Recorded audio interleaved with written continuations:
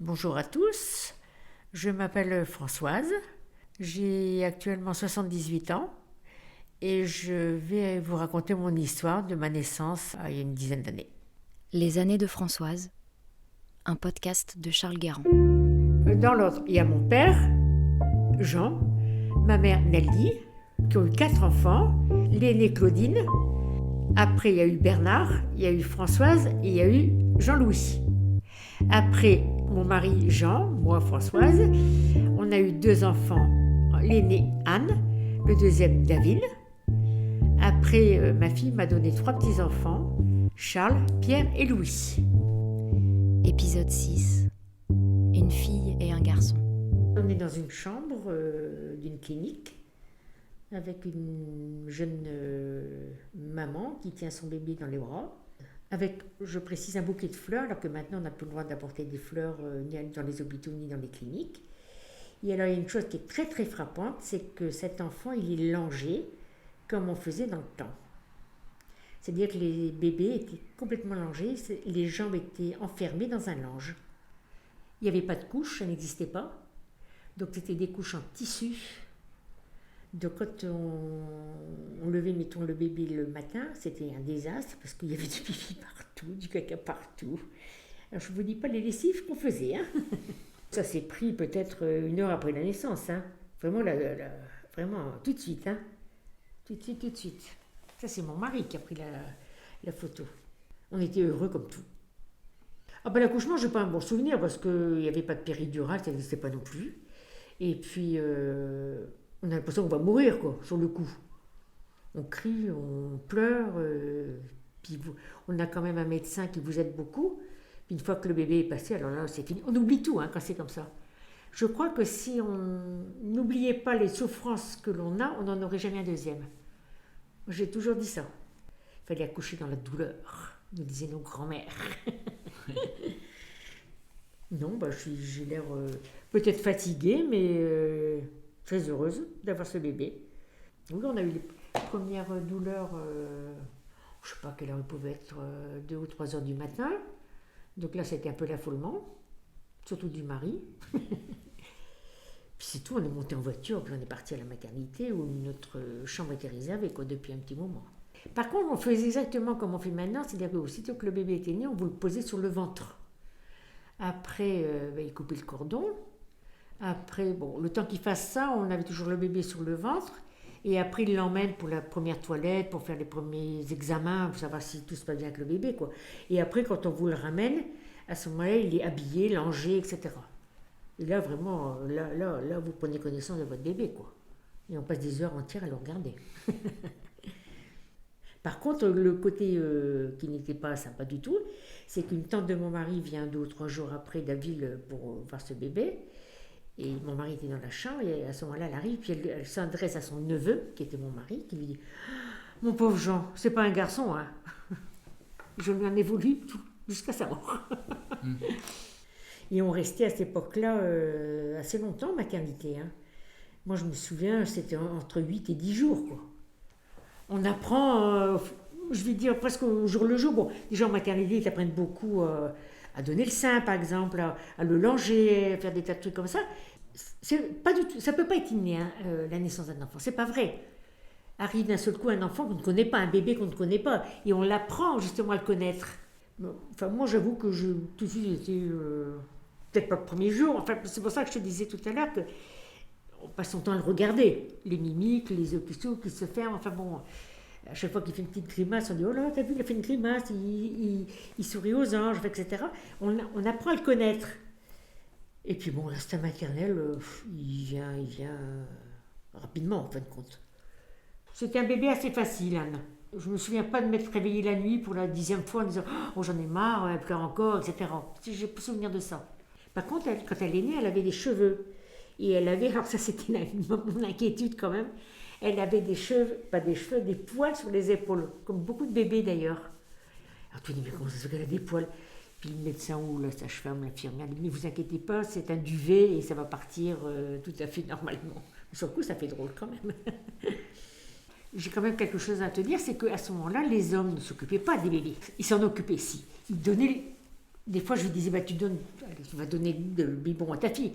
Mais c'est comme maintenant, les hommes, ils prennent un bébé qui vient de naître, ils le langent, ils le torchent, etc. Que là, non. Lui, il avait toujours un bébé impeccable, tout propre, pour lui donner le biberon. Mais ça s'arrêtait là, quoi. Mais c'était comme ça, c'était pas les hommes qui faisaient. D'autant plus que moi, je ne travaillais pas, donc, tu vois, j'allais me promener ou j'allais même au tennis avec elle. Je jouais même encore au tennis. Quand j'ai pu me remettre au tennis, j'ai joué. Elle restait soit dans son landau, à côté du terrain, ou un truc comme ça, quoi. J'emmenais les biberons, les couches, etc.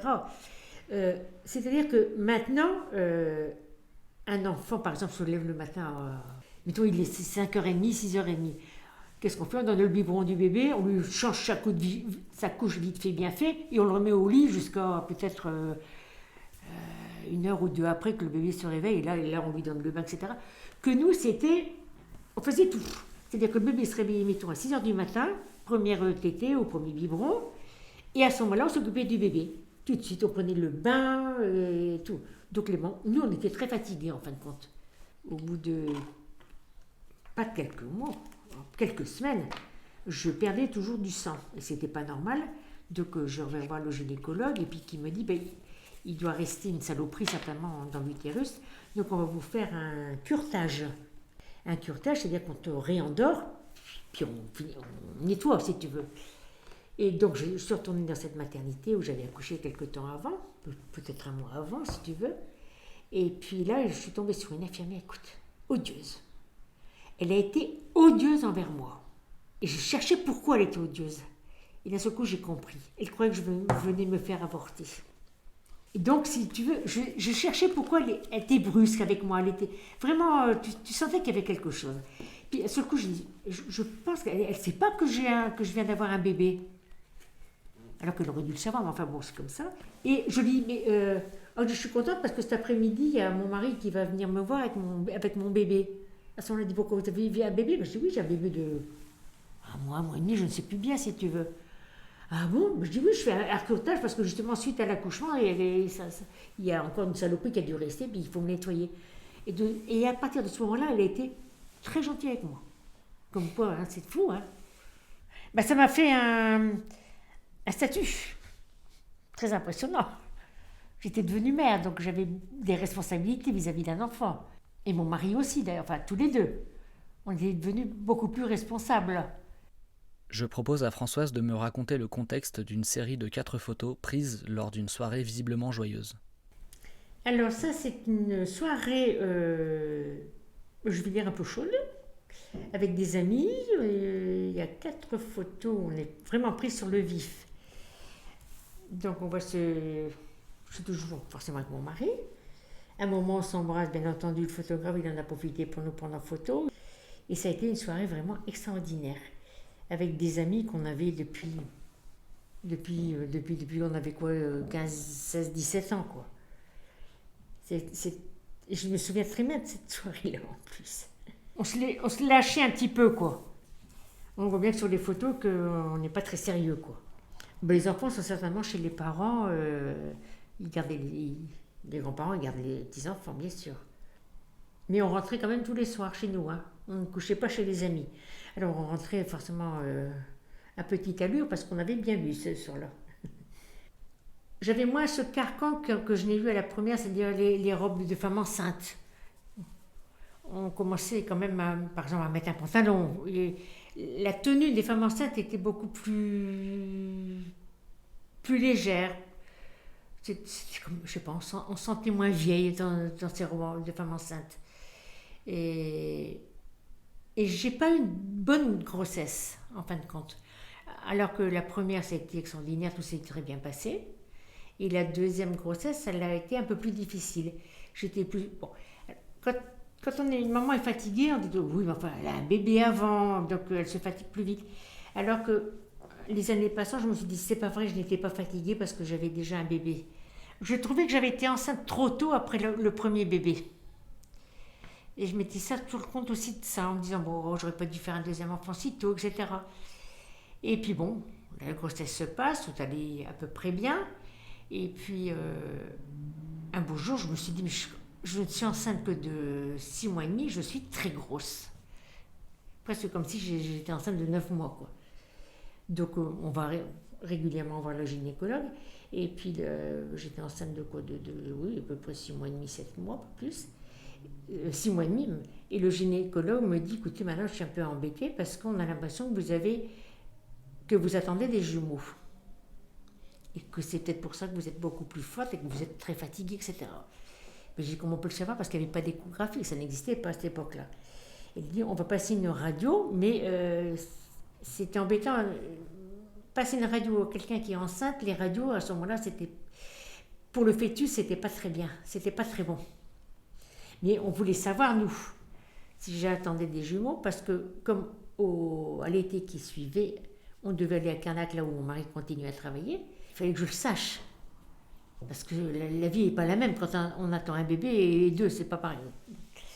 Donc on passe cette radio, et là, ils me disent, écoutez, j'avais en effet un bébé, et d'un autre côté, j'avais un noyau vide.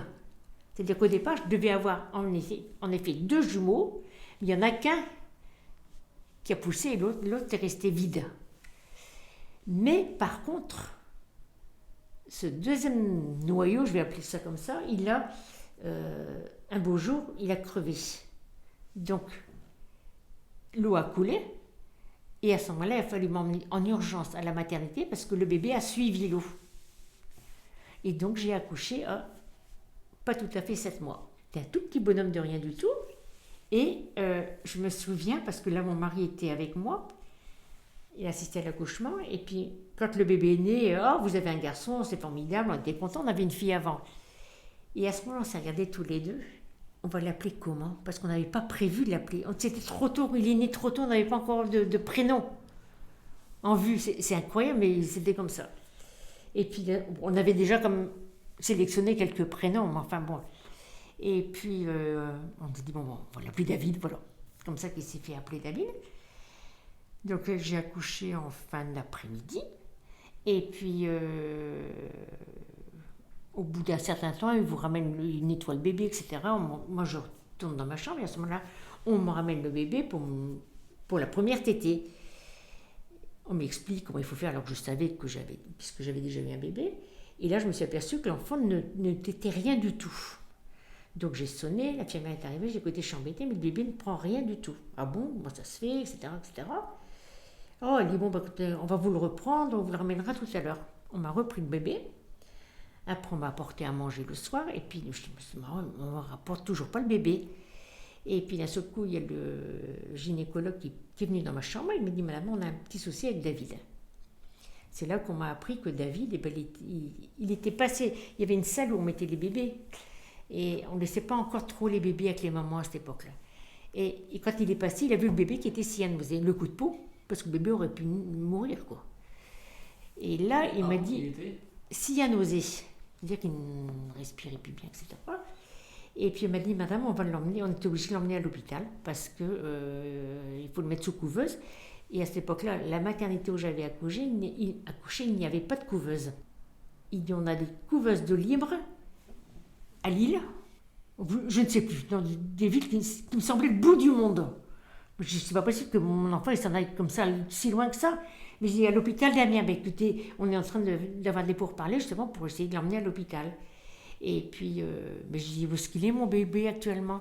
Mais il dit, ils avaient un genre de petite couveuse quand même, mais pour transporter les enfants, pas plus. Il m'a dit, écoutez, vous venez de voir, on a trouvé une couveuse dans l'hôpital, donc à Amiens. Et là, ça a été dramatique, parce que je suis arrivée, j'ai vu mon bébé dans un cercueil. Un vrai cercueil. Un machin, mais qui faisait même pas un mètre de long, fermé avec un couvercle transparent. Pour moi, c'était un cercueil. Et puis ce bébé, il est parti. Donc moi, je suis restée encore, à cette époque-là, on gardait les femmes qui accouchaient beaucoup plus longtemps. Je suis bien restée encore 2 ou 3 jours, enfin. Et en plus, ça a été dramatique parce qu'ils m'ont jamais enlevé le berceau qui avait à côté de mon lit. Et puis j'ai ma soeur qui habitait en Alsace, qui était arrivée à Amiens pour justement voir un petit peu comment j'allais, le bébé, etc., tous les avatars de cet accouchement.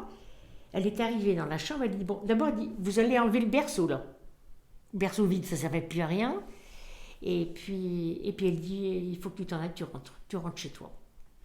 Alors je ne suis pas rentrée chez moi, je suis rentrée chez mes parents parce que j'étais quand même assez faible. Et puis je n'avais pas le moral forcément. Et puis le lendemain ou le surlendemain, je ne sais plus, il y a ma soeur qui dit, bon, maintenant on va aller voir David à l'hôpital, que je n'avais toujours pas revu mon bébé. Et là, ça a été aussi dramatique. On était arrivé dans la salle où il y avait tous les bébés, plein d'enfants avec des tas de tuyaux partout. La salle des prématurés. Et là, vous êtes devant les enfants et le mien, c'est lequel? Je ne connaissais pas cet enfant-là. Je l'avais eu un quart d'heure dans les bras.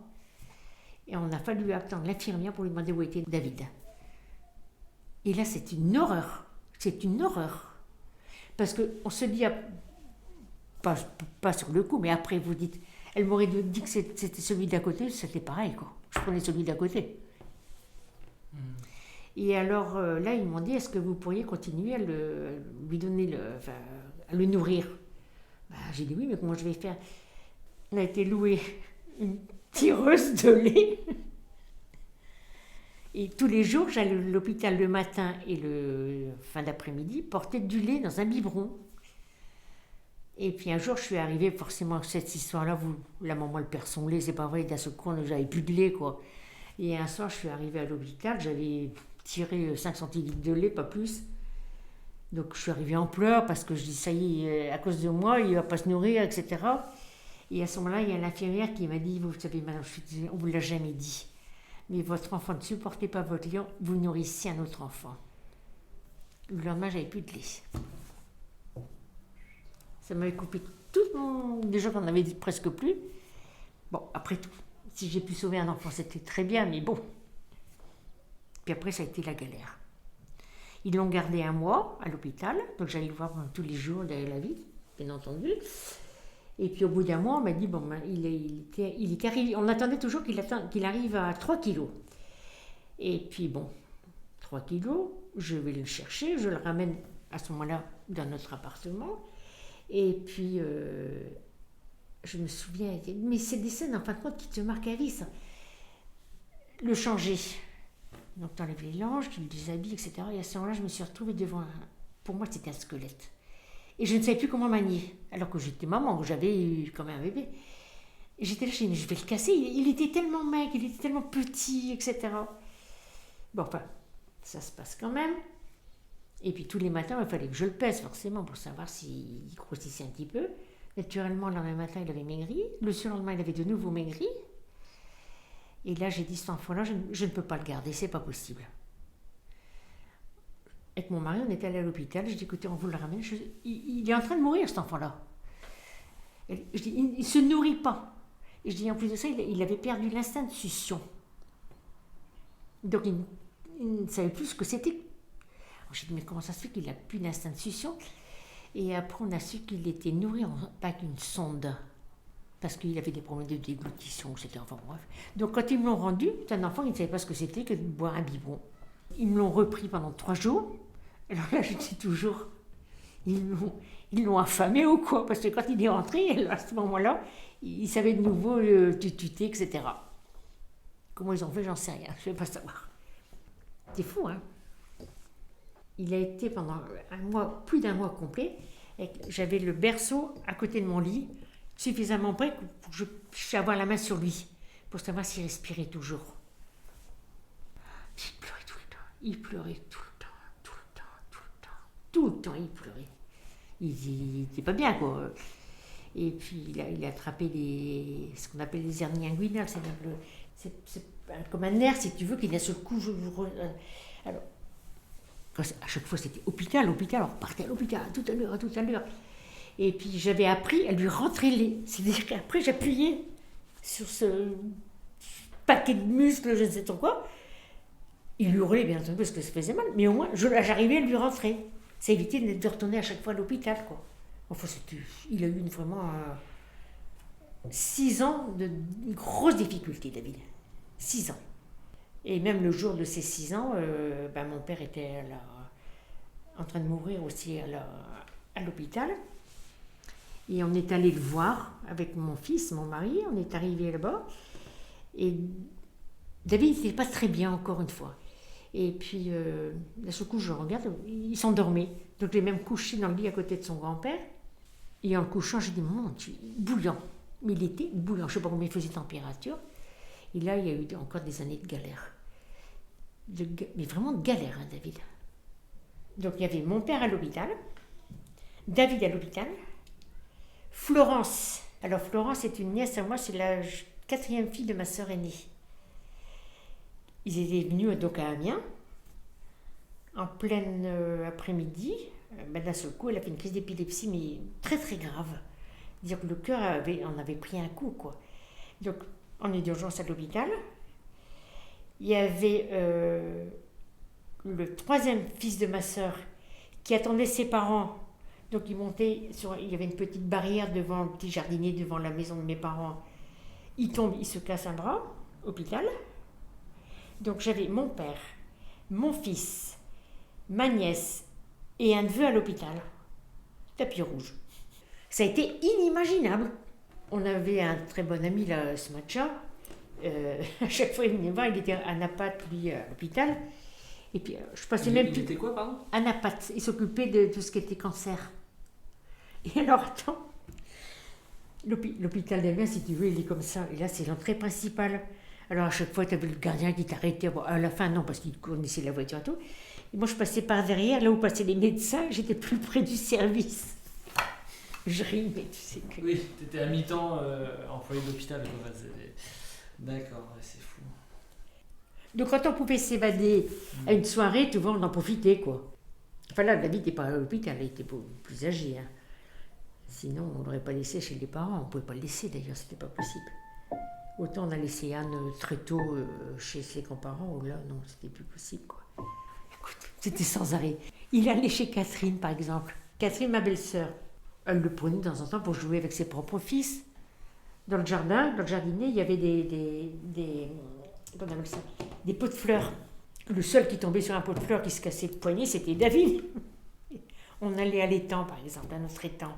Il tombait sur des souches, il se rentrait, il y a un big bois énorme dans la main. On repartait direct à l'hôpital. Mais ça a été comme ça pendant des années.